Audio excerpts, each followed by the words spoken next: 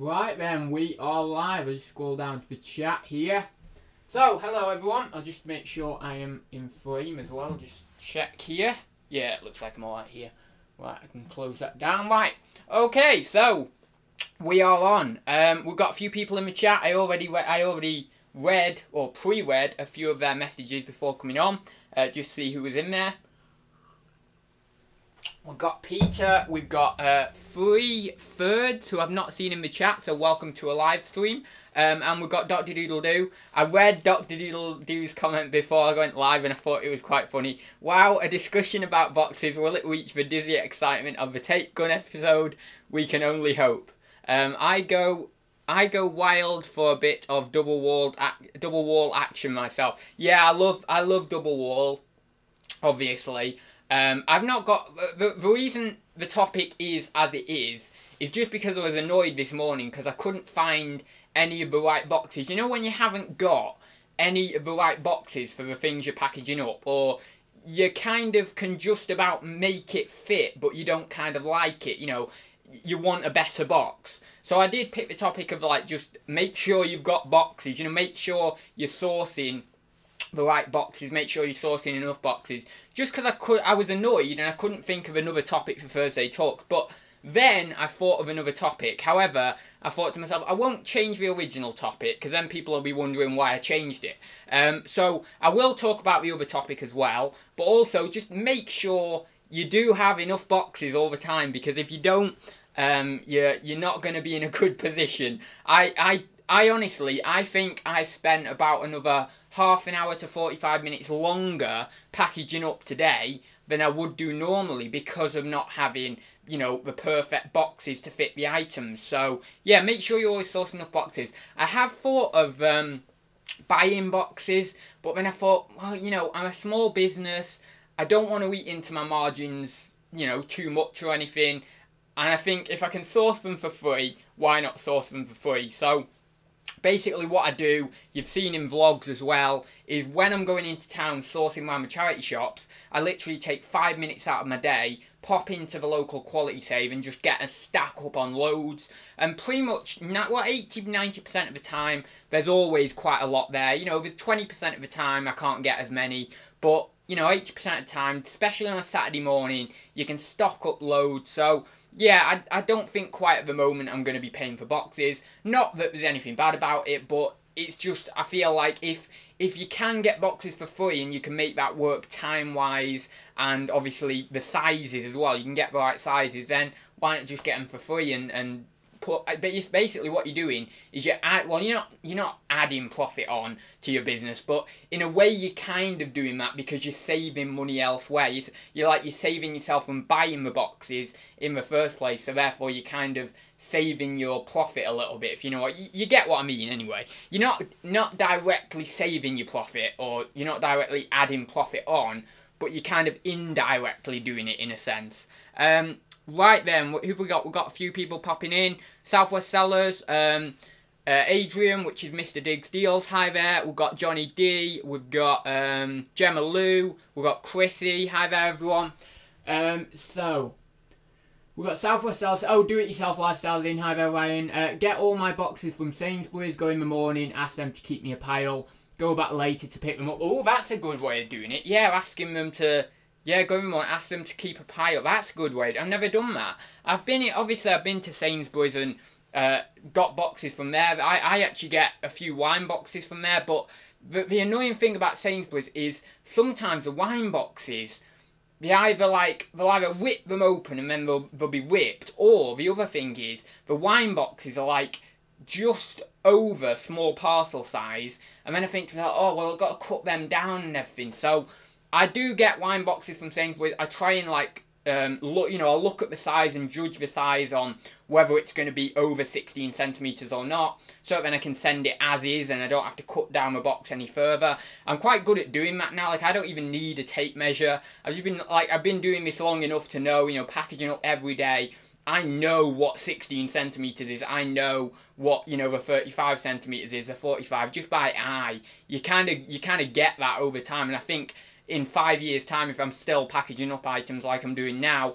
I think I'm just going to get that even more. You know, I'm just going to be more and more natural at that. So, yeah, I do get boxes from Sainsbury's. I do get the, when we're down the toy aisle, I get some of those boxes. But sometimes they've got like double-walled. Yeah, actually, yeah, sometimes they do have double-walled toy ones in Sainsbury's. But then other times they have single-wall. And the reason I go to Quality Save is because they have pretty much like all double-wall except for the crisp boxes, and I think the washing up powder boxes as well aren't a single wall, but like most other things are double wall. You get proper massive ones as well. But saying that, my Sainsbury's is only a local Sainsbury's, so, well, it's a big Sainsbury's, but it's like, it's not, I don't know how to explain this. It's not a big store, like it's not got a massive stock of toys or games and clothes and all that. It's got a little stock of them, but not massive. So it's not like one of them mega big superstores that'll have loads and loads of boxes going through it all the time. And the only boxes I find are the frozen ones as well. And the frozen stuff is annoying because the frozen stuff generally comes in single wall boxes. This is the riveting viewing that everyone wants, isn't it? But yeah, if you're a reseller, you'll know what I mean. Like, it's a very weird skill to have, being able to know which parts of the supermarket do double wall boxes and which do single wall. That is a very, very weird skill, but it's something that probably only a reseller would know, especially if you're scavenging for boxes. But yeah, so what have we got in the chat? I'll just scroll down because honestly I'll miss out half the chat if I don't keep up with it a little bit. Did you see Nick's video on how to get packaging supplies or get free packaging? I didn't. Is that a recent one or is that like from a while ago? I remember watching one like a while ago from him about getting packaging supplies and saying that, you know, I remember that video where he was packaging something up in a Haribo box, and that must have been about the time I started reselling, that ages ago. So yeah, but I remember that one, but I don't know, has he done a recent, he must have done a recent one then, I'm assuming. Do you win the game last night with your trolley tactics? Oh, is that all on about Fortnite? You're on about Fortnite, that Fortnite thing. You know what I heard? This is a bit of gaming. Well, it's not gaming, really. I don't think this is pro gaming or anything, but I used to play a game, and I'm sure there might be a couple of you in the chat who might have played it as well. I know there's a couple of people in the 20s in the chat, so it's kind of that sort of era. But a long time, well, quite a while back, and it's still going now, but the reason I say quite a while back is because they updated the game. I think it was maybe in 2010, something like that, and I really don't like it anymore. And it's an online game, probably a lot of you will have heard of it. It's called Runescape, and I remember in about I'd say 2005, no, not 2005, like when was I about 10, like 2006 to maybe 2009, that sort of period. I was really on it all the time. I loved it. I was doing the wood cutting on it, chopping down the trees and getting up like levels on wood cutting, and I absolutely loved it. But I spoke to my friend Daniel, because he was back from uni again the other week, and basically he said to me that they're bringing the classic like format back because they updated it, as I say, and I don't like the updated format, but apparently they're either bringing it back or it's already been brought back. If that is the case, whether it's on mobile or whether it's on PC or whatever they're doing with it now, if that is the case, I am going to lose a lot of work hours because I'm going to be so on that classic version of it because it was so good. It was like, it was just so, it was so addicting as well. And it's kind of funny because it's somewhat where, I suppose, this is really weird because when I thought about getting to like level 70, level 75 woodcutting on RuneScape, it made me think the other day, hang on a minute, what RuneScape taught me is it taught me to have persistence within my business. Like, for example, it took hours and hours and days and days and days of going on that game and cutting down them trees and then putting it in my inventory on the little side panel and then going back, and I don't even know what you had to do to get it out of your inventory, but basically I think it was like a storage place where you had to go back to and then take it out of your inventory to clear your inventory again, then go back to the wood cutting and start doing it. And I was doing that for hours and hours and hours now and clicking back and forth in my room doing that, and it teaches you persistence. And persistence is something that I use greatly in my business. Keep going, keep attacking things, keep finding new ways of bettering, bettering things I'm doing. So it's weird because I'm like, I think it was Mark Twain said something like, the only thing I learnt at school was that I didn't like school, or something like that, because he was an avid like believer in the fact that, you know, he wanted to teach himself stuff, he could do more on his own, that sort of thing. And the same thing kind of happened for me. I feel like, for me personally, and I don't know about you guys in the chat either, feel free to drop a comment down below in the chat and I'll get to it in a minute, but I feel that's kind of very much what I went through in school. Like, I didn't really want to be there. I wasn't a bad student. I was actually like, some people did call me teacher's pet. But at the same time, I wasn't a bad student. I wasn't the best student. I was one of those people in the middle. But I just didn't particularly enjoy it, and I didn't get that. I didn't learn much that I use in my business now, like, you know, my full-time business that is my job. I didn't learn much from school about that.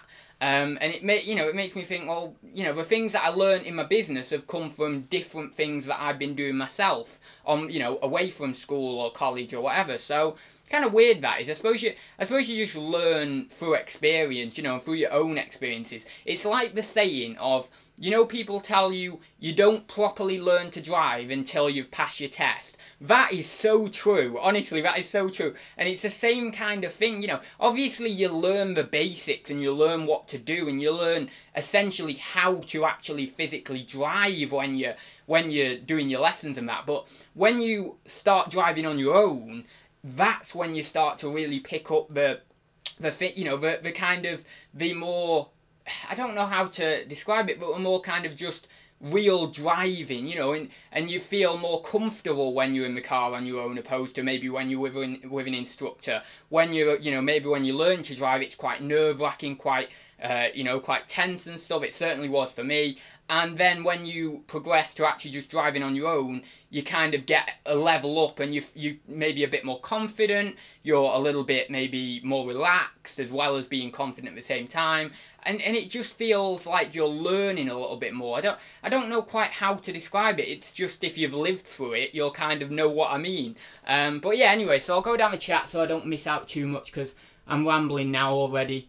I lose too many hours on Fortnite. I was thinking of getting this Fortnite because I reckon my new computer could run it now.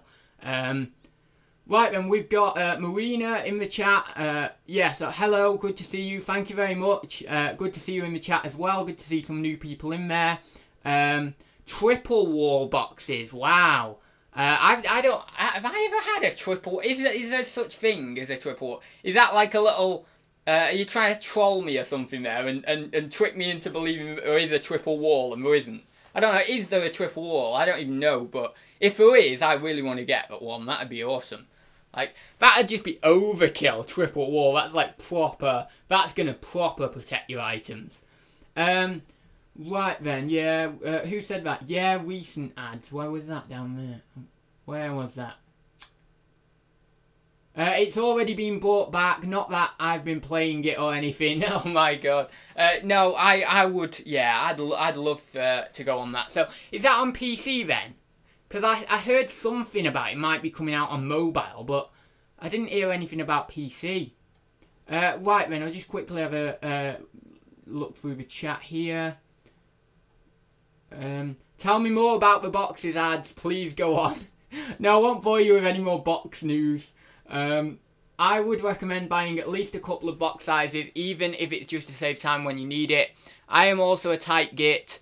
We use a combination of old boxes and new, buy stock online for free packaging. To be honest, I have looked at prices. I think it's like Globe packaging or Kite packaging, or there's loads of different ones I've looked at prices on, and they're not too bad really. For what you get, it's not. It is quite a lot for what it is, like a cardboard box, but at the same time, it's not extortion. You know, it's doable. It's payable. But at the same time, you know, I just think, well, if I can get boxes for free, I'll get it. If I have to suffer a day or two like this, when basically the reason why I suffered a little bit today in, you know, how long it took me to package up, is because on Tuesday I would have normally gone and done a box run. However, I didn't, and therefore, you know, it's had a knock-on effect. But generally I'm alright, but it does, it really does, like, kind of put time pressure on you, or kind of reduce the amount of time you've got doing other things if you haven't got the boxes at your disposal, because you're just trying to make things fit in boxes and trying to bubble wrap things. And this morning I had, I don't know, 8 items of either glassware or crockery, because I do a lot of that now. I do a lot of household crockery, I do a lot of sort of Art Deco crockery and things like that, and all sorts in between, you know, tea sets and all that sort of stuff. So I do a lot of that now. So when you've not got double wall boxes or right size boxes, and, you know, 2 big boxes or 2 small boxes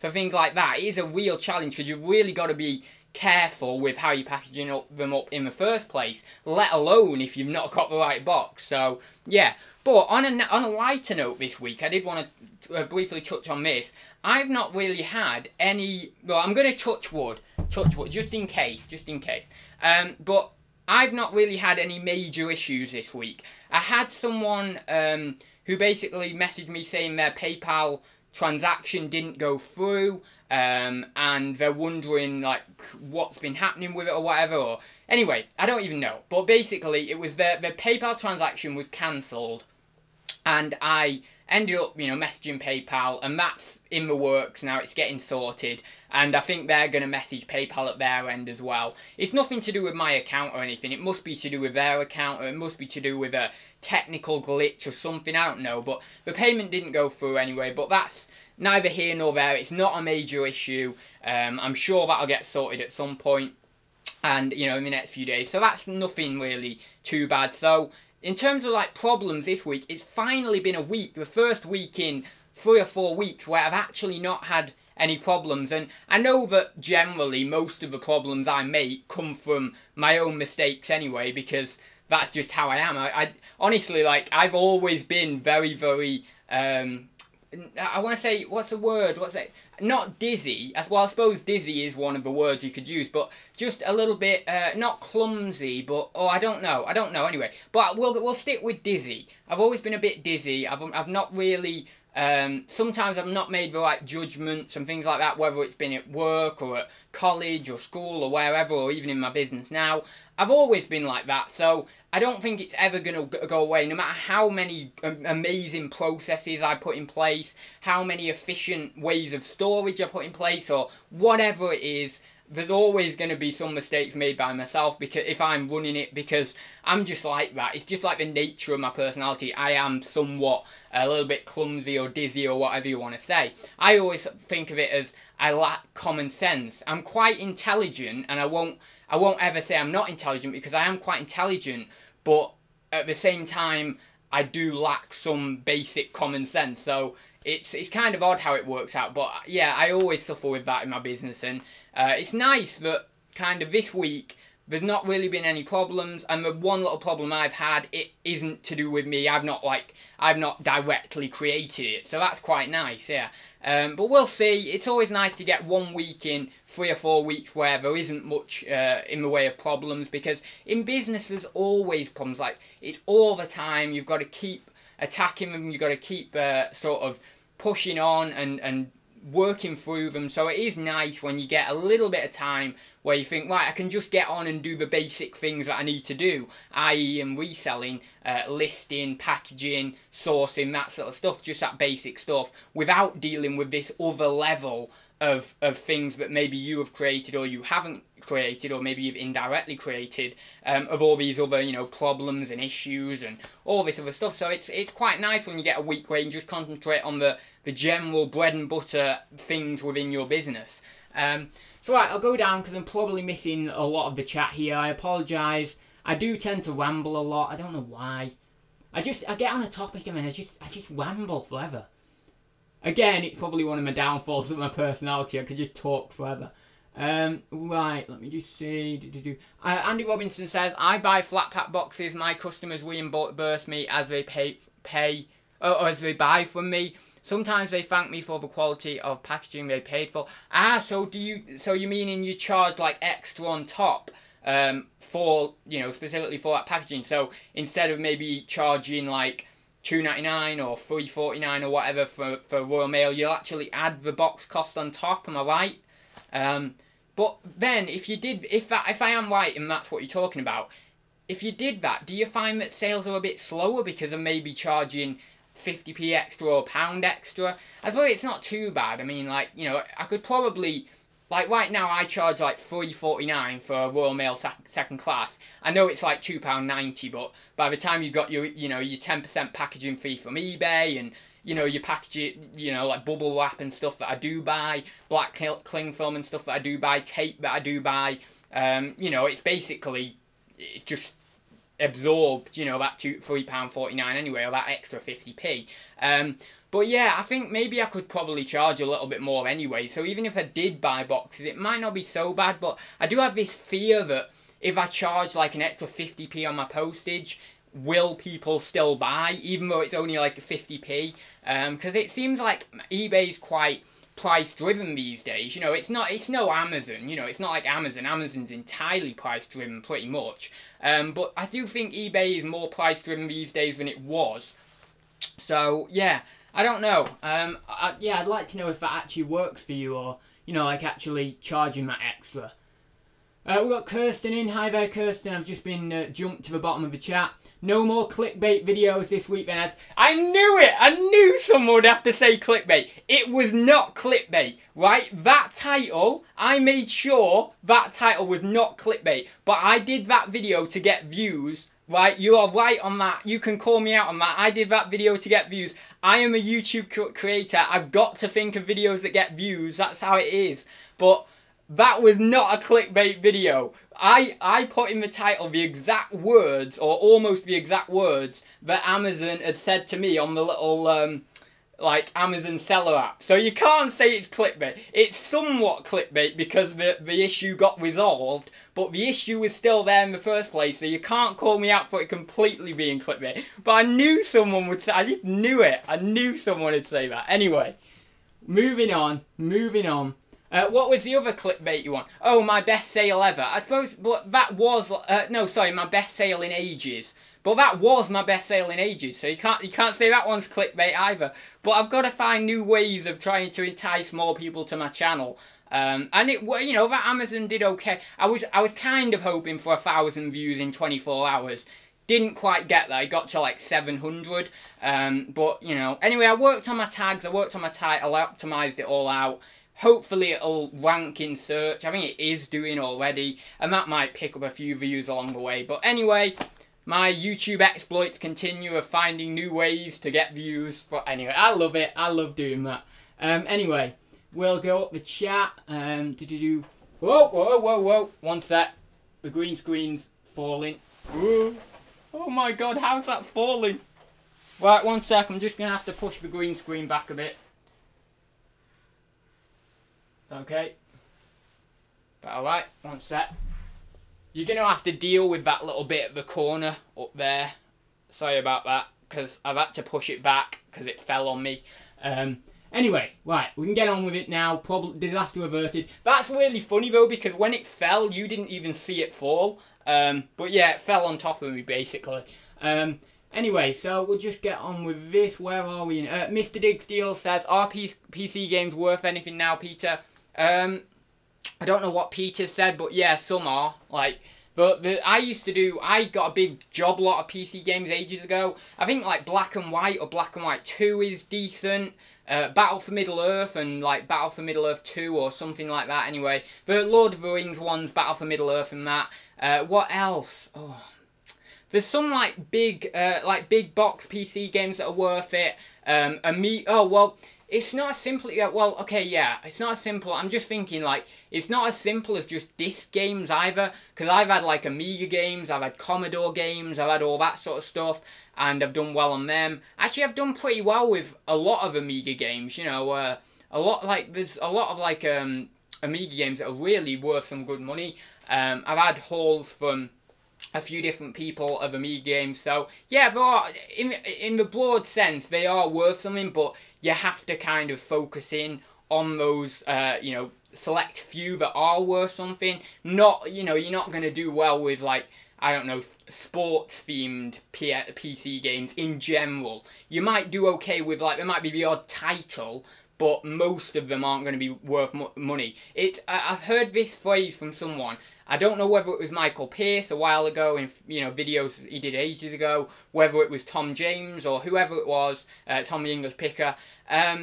Whoever it was, I don't know, but I've heard this phrase of, it's easier with, like, PC games and video games to find out what's not worth something than it is what's worth something. So, like, I can just say to you now, if you, like, someone who doesn't even do video games, if you go out in the charity shop and you see, like, FIFAs, or any, like, sports game, generally, like, any sports games, there are sports games that are worth money, don't get me wrong, but if you're just a newbie to video games or PC games, if you just ignore the majority of the sports games, then you're already cutting out a huge section that you then have knowledge on that are not worth something. And then from there you can think, right, let's think about action games or first-person shooters or whatever they're called or whatever.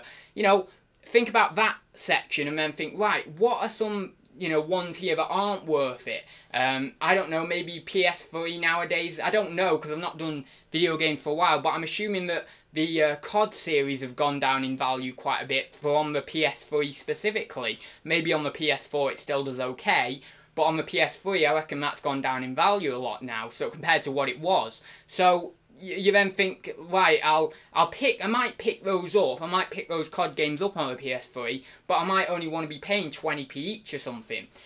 So then you think to yourself, well, that's something that I might pick up, I might not. And then you dig down further and you do the series like Assassin's Creed, is that worth anything? And then you can kind of, what am I trying to say? You can kind of like eliminate, by process of elimination, you can kind of think, right, what is worth anything? The only way you're going to really find out about hidden gems is either by getting them when you're out in the field, which is a rarity, or you could probably go on eBay, highest price first, type in like PS1 games, highest price first.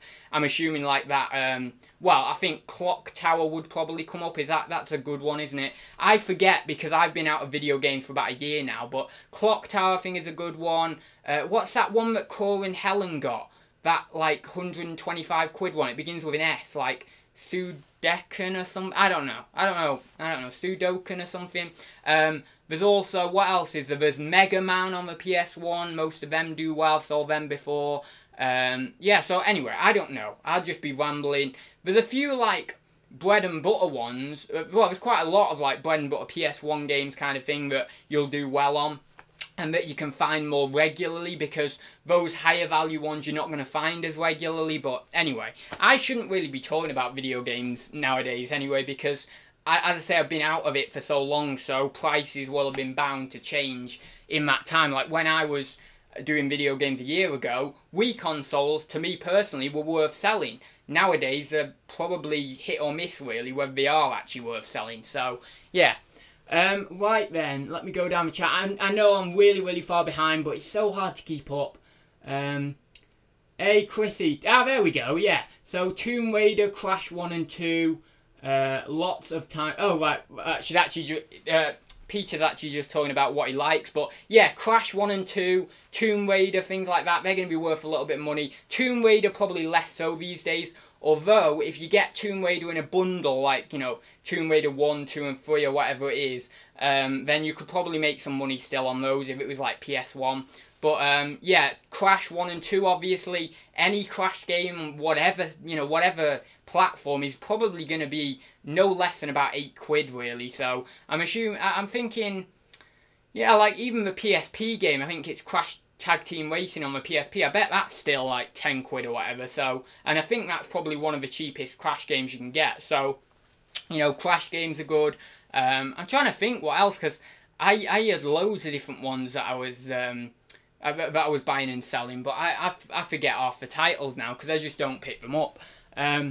It's how your business moves on, I suppose. You just kind of, you naturally go in and out of these different niches. You know, I had a time in board games, I had a time in, you know, children's books and things like that. I had a time in video games. I'm now kind of experiencing my time in, let's say, household crockery or lower value, let's say kind of lower value vintagey / antique items, and then maybe my next phase might be higher value antique or vintage items. I don't know, but it's kind of how you manifest yourself as a business. You know, it just, well, not manifest, but like you learn and you grow as a business, and you change and you adapt. It's just kind of how it works. Right then. Hi everybody, Dr. Doodledoo says, I dozed off for half an hour, couldn't handle the excitement. I take it I haven't missed much. Oh, that's really nice, isn't it? No, you've missed a lot actually. We've been doing some riveting conversation. Has anyone else's eBay app started to add in postage to the 60-day total? Yes, mine was probably... I can't say that mine was the first to do it. But basically, I must have been one of the first in the community, because I spoke to a couple of people and theirs hadn't updated, and people were still screenshotting the old stuff on the chat chat and everything, you know, the old screen on the chat chat, because it's not, the screen hasn't just updated for the 60-day total to include postage, but it's actually, you know, they've done a little layout change or a font change or whatever as well. So yeah, I must have been one of the first. Usually I'm like one of the last to get these updates, but yeah, I must have been one of the first, so I was pretty happy with that. But I was like, why is my 60-day total, like, it jumped like $1,000 or something. I was like, what's going on, you know? And I thought it was a glitch. I was convinced it was a glitch for ages, until I saw that someone had put on a group that, you know, it includes postage now. So obviously people must have worked it out. This is the common sense thing again with me. I just, you know, scrubbed that off as a glitch. I just thought, oh, that must be a glitch. But someone else who, you know, well, loads of different people who were posting in the groups, realised straight away that it must be because it includes postage. This is the thing I'm talking about my common sense. I don't have any common sense. I just thought, oh, it'll go back down tomorrow because it'll be a glitch. So anyway, yeah, that is a prime example of my common sense, my lack of common sense. Right, we'll just go down slightly, see if we can get near the bottom. I don't think I'm ever going to get near the bottom on one of these chats, but we'll see. The ramble is real. Yeah, it really is. Ads world is collapsing. Oh, right, that was when the green screen fell. Yeah. Wait, you're not stood in a field? No, I'm not. I know it's hard to believe, isn't it?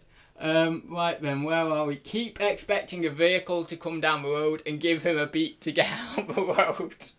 Oh, that's brilliant. I was thinking I might change it next week. I was thinking this morning I might change it to something else, but I don't know, because I like this, and also I don't want it to be too in your face. Like, I don't want a background like one of those kaleidoscope things, or like one of those optic illusions, that's what they're called. So I wouldn't like it like one of them and really like throw people off. So if I change it, I'll try and find something a bit subtle. But I just don't want the same background on every week in, week out. I'd like to change it up a little bit each week, or every couple of weeks at least. Right then, ads, any interest from potential wives yet? Your empire needs offspring to secure its future. Very, very funny. No, I don't, it's weird, because, like, I don't get out as much. Like, doing reselling, as you all know, you don't get out as much, and I kind of wish that maybe I would have postponed doing reselling for a few years and got a job just for the purpose of meeting someone, then both of us quitting the job, doing reselling and starting up that way, because then I wouldn't need to go out and meet someone. They'd be there doing it with me already. So it is a bit annoying, Matt, but I think I've got to set some time aside for meeting someone and that side of things actually kicking off properly, because I can't just do work and work forever. It really is a fear of mine that I might be like 40 odd and I might not have anyone. Now, if I had someone prior, you know, if I had, I don't know, if I had a girlfriend or whatever prior to being single in my 40s, 50s, 60s, whatever, that's not so bad, because like I've experienced it. But what I'm talking about is if I get to that point having not experienced any relationship or anything like that, that would be a bit sad. That would be kind of like, it would sort of be like parents' basement kind of mode, you know, of you know, those sort of middle-aged people or people in their 30s or whatever in their parents' basement and not really getting out into the world and experiencing life in the way they could. Maybe for them that's okay and that's fine, and their parents are okay with them doing that, but at the same time, really, are those type of people experiencing life? And I don't want to fall into that kind of just, you know, being at home with my parents forever or for a long time. I mean, my mum always says, you know, you'll always have a home here, you don't have to move out, you know, all that sort of stuff. But I'm like, yeah, but if I stay here and I always have a home here, I'm just gonna, I won't grow as a person. I won't be independent.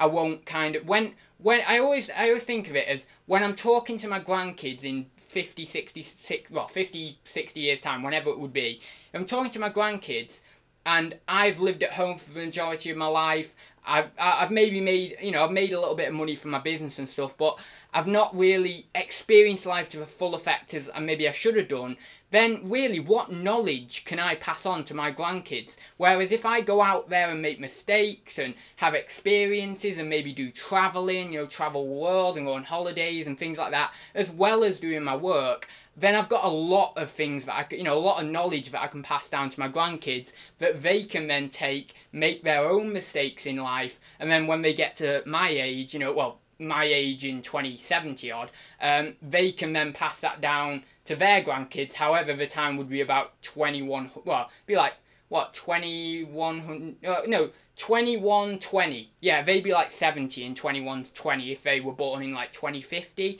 So, anyway, well, no, let's say they were born in 2060, because I wouldn't be talking to my little grandkids, you know, expecting them to be 14 if they were born in 2050 when I was talking to them in 2073, because then they'd be 23. Anyway, very confusing, isn't it, this time travel? But yeah, so I think you're right. I think I need to get out there and I need to set some time aside for that. But at the same time, it's very hard. I don't know.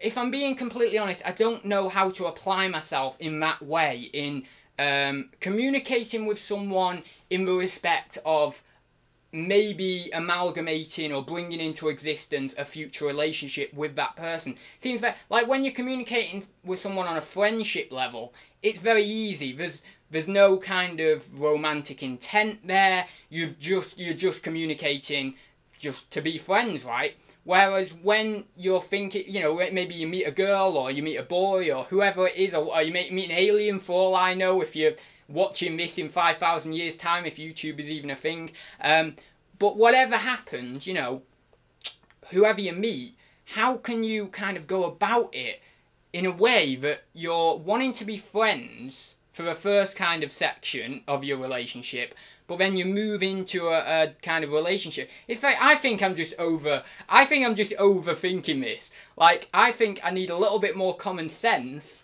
and I need to think backwards a little bit, and I think I just need to maybe just start a conversation with someone and see where it goes. Is that right? Is that maybe right? I have this, I've had this like really weird kind of thing with myself, debate with myself, where you know, from when I was 15, is like, I want to know that things are the right way. I want to know that I'm doing something that's right.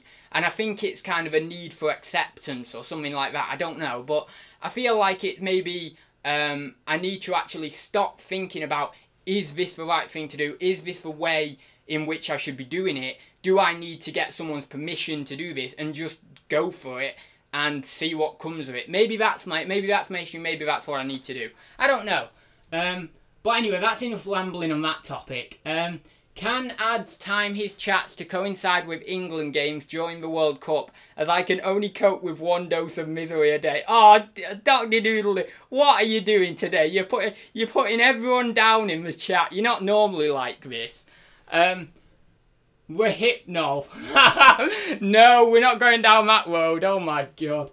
Right, I'll just go back up the chat. Lol, Andy, 101 tips for Ads Robinson on how to get a woman in the sack. Oh god. Drugs, booze, or a knife. Oh god, what is going on in that chat? I tell you, every time I steer the conversation away from reselling, it gets really weird in the chat. What are you drinking, Ads? It's peppermint tea, by the way. Very nice. It's probably, well, it's pretty much cold now. Ads, look out for that tractor behind you. Oh, that's brilliant. Sweet shop background ads. Ah, yeah, that'd be cool, wouldn't it? I could dress up as like one of those people out. What was it, Charlie and the Chocolate Factory or something? What's his name in Charlie and the Chocolate Factory? That sweet shop owner, where he has them stripes on or something. Yeah, I could dress up as him and then have the sweet shop behind me. There's so many things I'd like to do with this green screen, but I keep forgetting. Hi Ed, can you send stock to Amazon in a mail bag?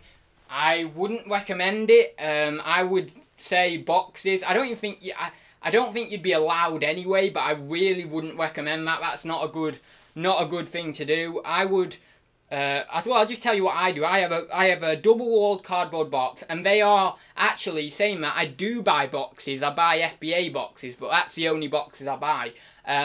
But yeah, I have a double-walled, cardboard box, fairly large one, and then I put bubble wrap at the bottom of it. I label all my items with the FBA label on it, and then I put them all in the box. If I've got I don't do many video games consoles at all now, but if I'm sending in video games consoles, they now get bubble wrapped. I didn't used to about a year and a half ago, but I saw on the Amazon preparation page on the not Seller Central, on the what's it called, Create Shipment page or whatever it is. I saw that one of the requirements now is to bubble wrap things like that. So well, I don't know whether it's a direct requirement, but they kind of they put it on the page as if you should do it. So I bubble wrap my console, so any consoles get bubble wrapped, generally in big bubble wrap, because that's all I use now. And then, media, sealed media and stuff just get put in the box as normal.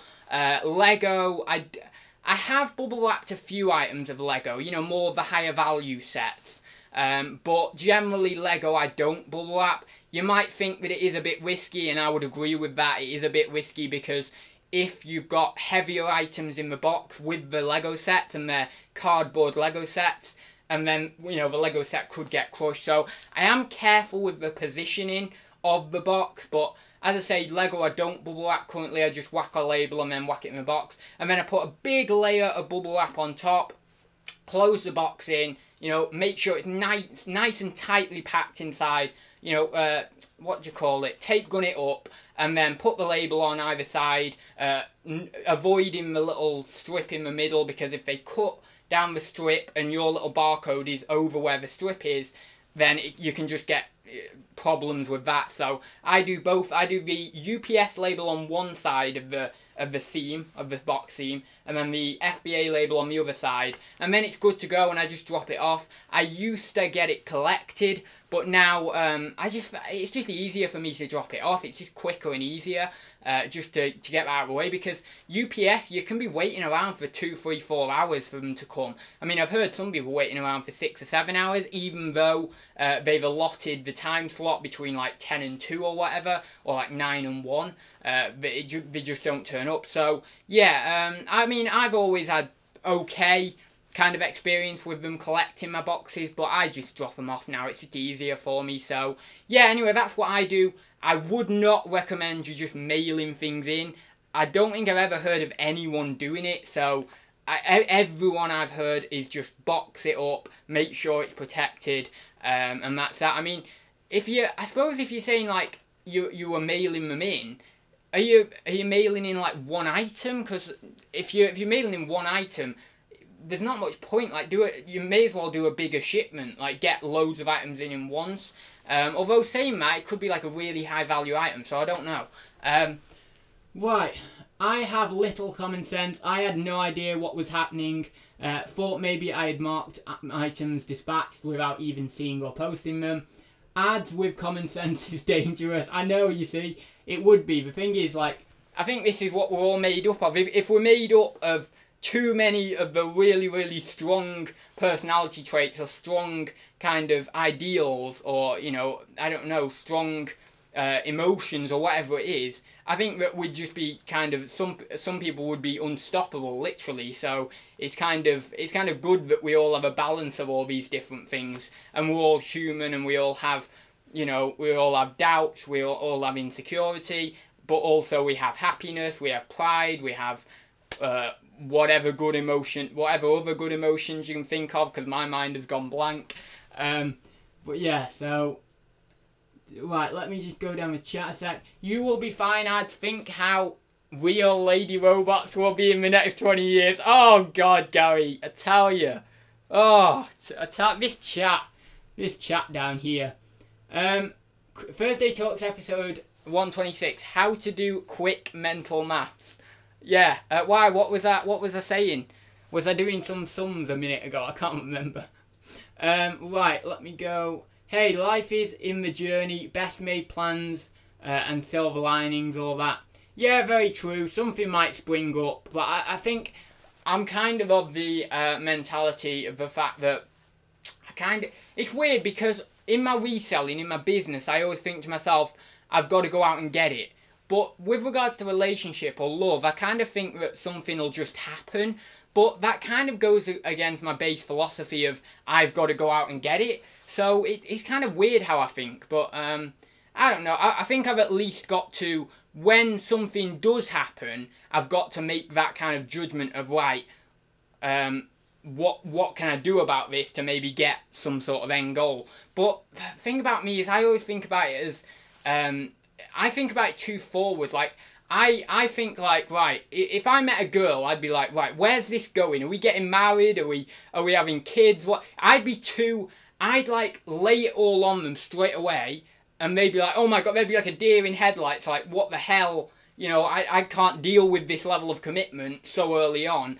But, and again, I think that might go back to my need for acceptance or approval, with the fact that I would like to know that something is happening. And again, need for certainty as well, that level of certainty. I want to know that something is happening throughout my life in a certain set, structured way, with some level of spontaneity thrown in, but not too much that'll, you know, knock me sideways. But yeah, so I don't know. I think that I'd maybe be... Basically, what I need is someone who can take that. Is someone who can, like, not get scared by that, me wanting to commit in such a big way. And I've always been like that from when I was 15, 16.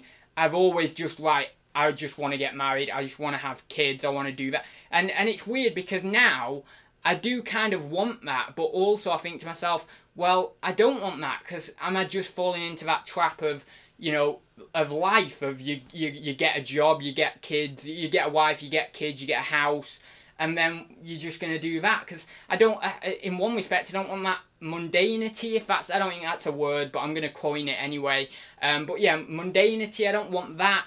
But at the same time, I do want it for the certainty or security I can get from it. But you see how bad it is in my mind, like all these different things going around. I'm like, oh, just shut up for a minute. I want to just live and be happy and just forget all of this kind of different things that I feel like I've got to do, you know, like get married or have kids or do all these different things. I mean, maybe it's the case of I need to go travelling. Once I've gone travelling, like all these youngsters do, you go travelling, you have some great experiences, you do some stupid things, you may meet someone on the way anyway, and then you slip into that kind of more normal routine, let's say, of you know, finding someone or found someone on travelling, having kids, you know, getting a house, that sort of stuff. So I don't know, maybe it's that kind of, I need a little bit of spontaneity, I need a little bit of jumping outside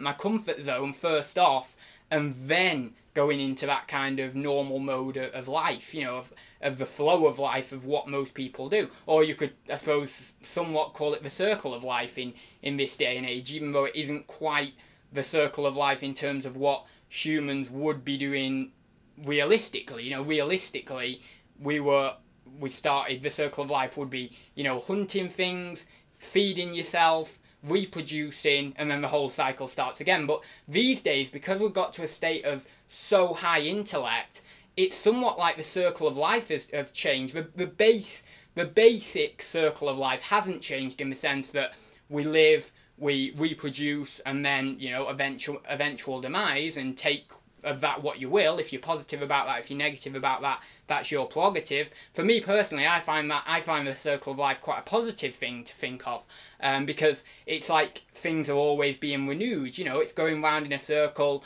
We have experiences. We have good positive things within our life. We get the chance to reproduce and create our own piece of life, in a sense, in a child, and then they go on and they do the same things, and then as you get older, there's other perks in life. You know, you're maybe more mentally strong in terms of what you know and your intellect and your knowledge. But anyway, I forgot where I was. I forgot where. This is what I do. I ramble so much. Why do I ramble so much? I have so much of it I want to get out, but it's just anyway. I could probably literally talk my entire life and then just fall asleep and then talk again, fall asleep and talk, and then I still wouldn't have all my questions answered. I just have so many different things to talk about and questions to answer in life, and you don't need to answer all the questions. That's the thing you've got to try and get acquainted with, is the fact that you don't need to answer all these questions. You just need to enjoy life and do what you're going to do and enjoy that experience. But yeah. Anyway, what do I know? I'm just a random guy rambling on the internet. Ads meets Last of the Summer Wine. I've not seen that, actually. Oh, what was his name? I don't know whether I talked about this the other week, but Peter Sellers, didn't he? Died the other year. It was it 2016 or 2017? And I was annoyed at that because obviously he was great as Wallace in Wallace and Gromit, and it's so sad to think that like there's not going to be any more Wallace and Gromit. Well, with his voice, you know, this is the thing that is kind of, people like this. Some people like this, some people don't like this. But kind of like when they, you know, when like an actor will die and then, you know, maybe a few years later, sometimes they give it 10 years, sometimes it's, you know, a few years after or whatever. But then they'll maybe voice that character with a different actor. And I know it's kind of like, you know, you've got to move on and got to keep changing, and again, going back to that kind of circle of life, you know, keep updating these characters and stuff and keep the characters going and keep them alive. But at the same time, like, it will always be him, you know, to me, Wallace and Gromit, you know, the voice of Wallace will always be him. So it's sad to think that, you know, there's not going to be any more of his voice in that show. I mean, and again, another kind of thing that I'm like this on is, you know, I have watched the movie, and I did quite like it in the end. But you know, when they put oh, what's his name now? I forgot his name, but the guy who passed away quite young from Fast and Furious, I forgot his name. Someone will say it in the chat, but they put him in CGI, didn't they? And it was quite controversial at the time because people were like, is this morally right? Is it, what's going on here? Is this kind of a good thing to do? I think it worked in the end, but it does leave a bit of a sour taste in my mouth, like, because it's not them, you know, and did they really want that? I mean, I could see in that instance that you know, if he was still around, he probably would have wanted that, you know. Well, if he was still around, he'd do it himself, but you know what I mean, like, if he could see that, then he would probably be okay with it because of how they did it. They did do it quite well. But again, it's kind of that thing, isn't it? That kind of a bit moral dilemma-ish, maybe. Paul Walker, I knew it was Paul someone, yeah, Paul Walker, yeah. Very sad again, that. And, because he was great in Fast and Furious, it really was. I didn't really get into it till 2 or 3 years ago, you know, maybe 4 or 5 years ago. I'd watched it prior, but I hadn't really got the bug for it. I'm not really a big car guy anyway, but even for someone who doesn't really like cars, I could appreciate the movies, you know, in the end.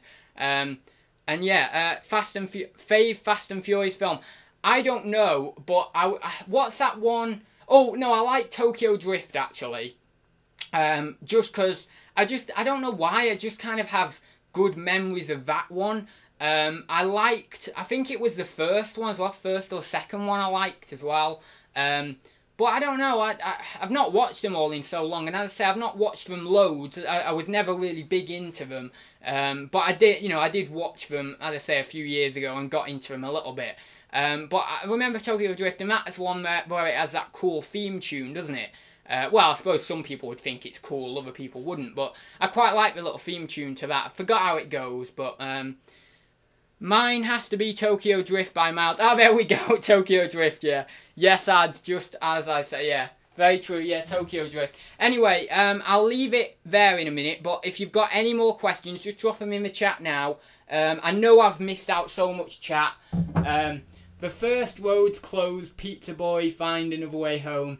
If you watch it, look at the loot. They were stealing now, it's funny. Tokyo Drift is also good. I love drifting. You love drifting? Oh my god. I have never drifted or anything like that, by the way. I don't even... Isn't it like illegal or something to drift? What are the laws on drifting? Because I've never done it. I've never even attempted to do it. I've never even thought about doing it. But, I mean, I suppose if you go on one of them race courses, it's fine and everything, you know, because they have different laws there. And, like, speed limits don't apply or something. But, yeah, I don't know. But, I've never drifted. But, yeah. Subway sells cabinet for the third time. You know what? I'm going to pull out. I'm going to bloody pull out of this cabinet. And I'll tell you why. And I was very annoyed when I got there. My stuff is fine. The location is fine. The pricing is bloody fine. On everything about my cabinet is fine. The price stickers, the layout, everything is fine. I am totally comfortable with the fact my cabinet is fine. But I didn't sell a dicky bird. And you know what they said to me? Oh, well, it's been slow recently and hardly anyone's had any sales. And I'm thinking to myself, really? Is this the best you're going to do? Like, I pay my rent every month and you're just going to say to me, oh, well, it's been slow. And I know that the people who were talking to me were, they were actually, you know, like other dealers. So they don't run it or anything. So it's unfair to be mad at them. But I really do think they need to step up their advertising and something at that place, because how I can be paying 30 quid a month and whatever, getting basically no sales or, you know, the odd sale here and there, it's not doable. And it's not the fact that I don't think it's a good centre. I do think it's a good centre, but for whatever reason, the last 3 weeks have just said it's been dead. And they said because of it being summer and everything.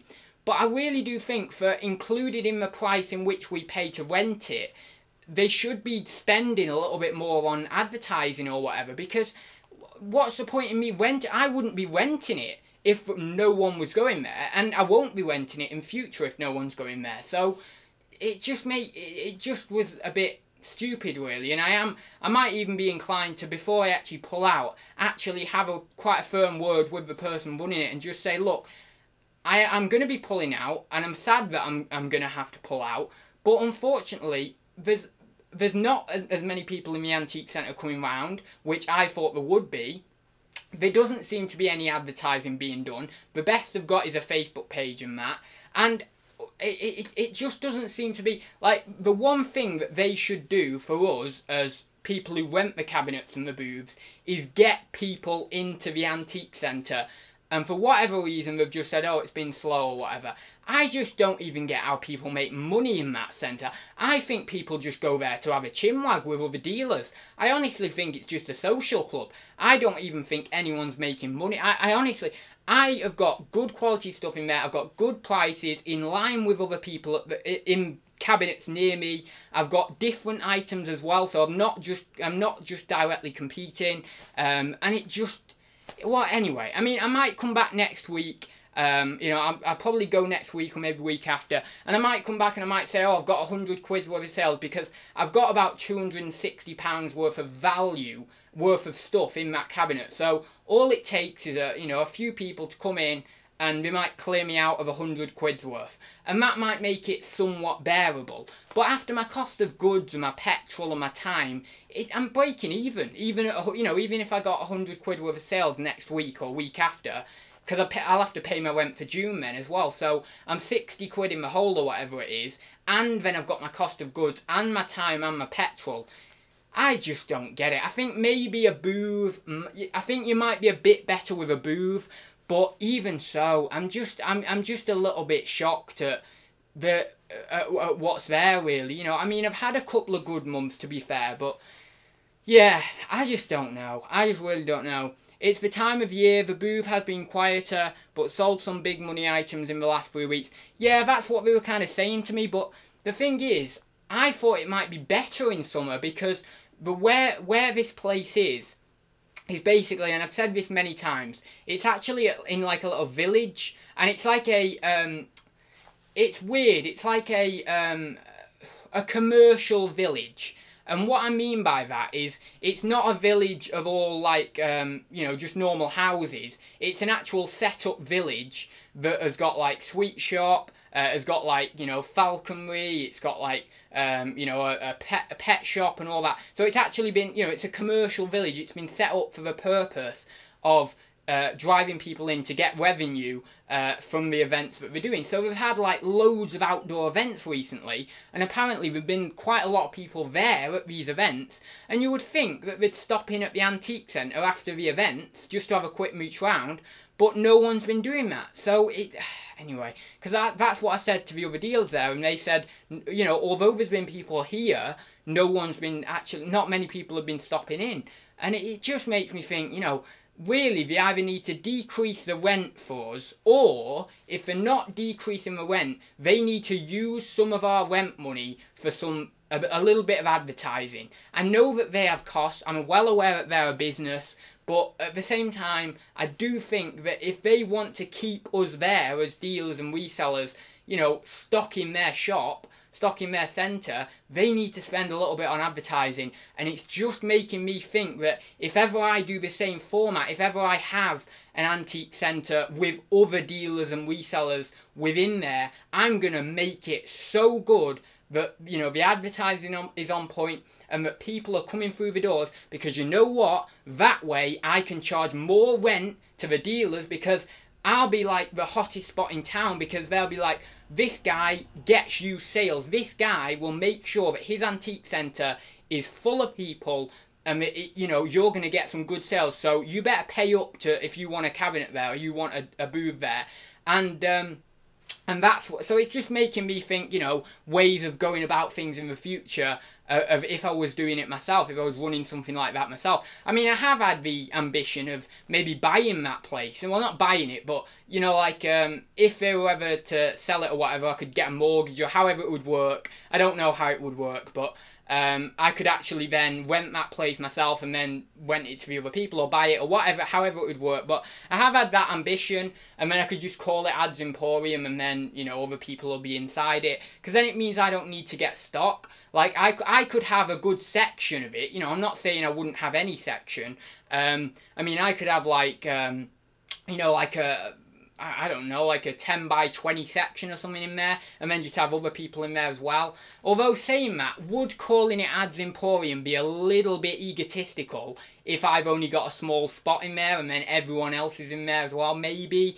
But I mean, really, if I'm getting the results and I'm advertising well and I'm getting the footfall, then I can call it whatever I damn please, and people are still going to stock my shop. So yeah, anyway, you can see I really, like, being your own boss makes you, like, so just, I want to say, like, harsh, but it's not like harsh, it's more like firm. You get to be quite, like, firm and quite, like, I don't know what the word is. You don't take any crap, really. You just want to, you just do things yourself, because you've constantly been battling through problem after problem after problem, that you don't listen to anyone else in the same way anymore. You do take advice, but you don't take it in the same way. You kind of look out for yourself, and it's you against the world, really. So I suppose maybe that's kind of why I get so passionate or riled up about these circumstances. But